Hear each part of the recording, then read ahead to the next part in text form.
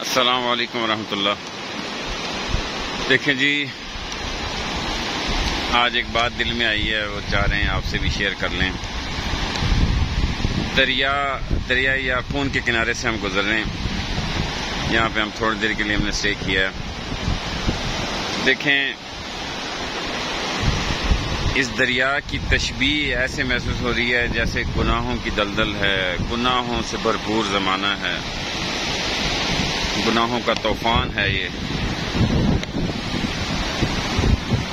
اس میں اگر کوئی گناہوں سے بھرپور شخص ہوگا وہ اس میں ڈوب جائے گا، نیچے کی طرف چلا جائے گا، اور اگر کوئی اللہ کے ذکر سے اپنے اندر کا من صاف کر لیتا ہے، کثافت سے لطافت کی طرف آ جاتا ہے، وہ لطیف ہو جاتا ہے، تو اس کی مثال اس بوٹل کی ہے، وہ لطیف ہو گیا۔ اب اس بوٹل کو اسی دریا میں، یعنی کہ گناہوں کی اس دلدل کے اندر پھینکتے ہیں۔ آپ دیکھیے گا، جتنا مرضی یہ دریا کوشش کر لے، اس بوٹل کو تھپڑ تو مارے گا مگر اس کو ڈبو نہیں سکے گا۔ آئیے دیکھتے ہیں، یہ بوٹل گئی۔ آپ دیکھیں، یہ بوٹل جو ہے اگر آپ کو نظر آ رہی ہے تو یہ اوپر ہی اوپر رہ رہی ہے، یہ ڈوبی نہیں ہے۔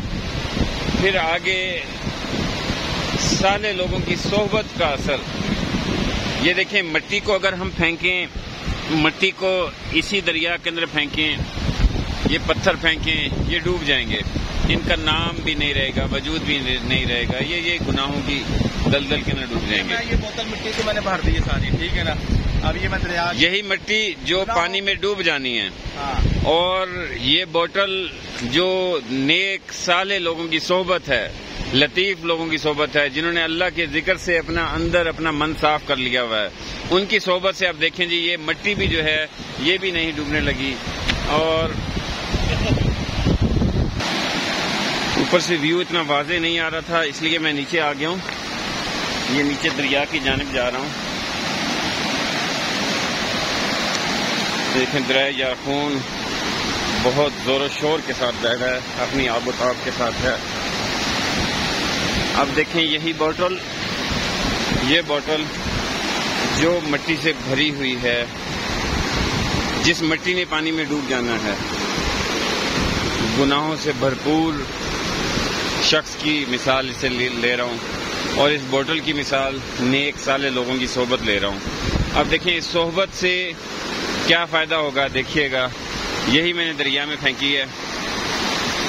یہ دیکھیں، یہ بوٹل اگر آپ دیکھ رہے ہیں تو یہ بوٹل ڈوبی نہیں، اور نہ ہی وہ مٹی ڈوبی، اور بلکہ بہت سیدھے طریقے سے جا رہی ہے، چاہے یہ گناہوں کی تھپیڑے جتنے مرضی لگ جائیں، یہ بوٹل اس مٹی کو بھی اپنے سے بچا لے گی۔ تو اس لیے صالح لوگوں کی صحبت اپنائیں۔ اہدنا الصراط المستقیم صراط الذین انعمت علیہم غیر المغضوب علیہم ولا الضالین۔